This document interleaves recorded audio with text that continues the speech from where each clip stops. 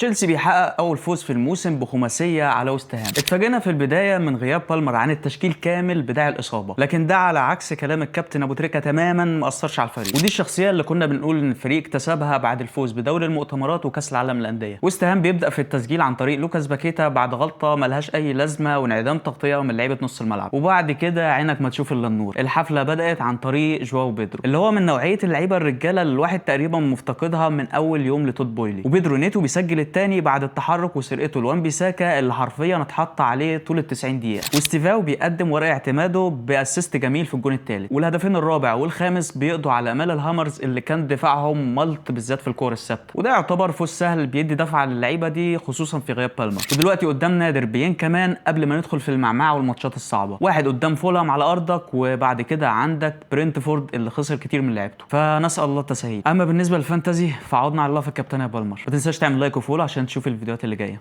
سلام.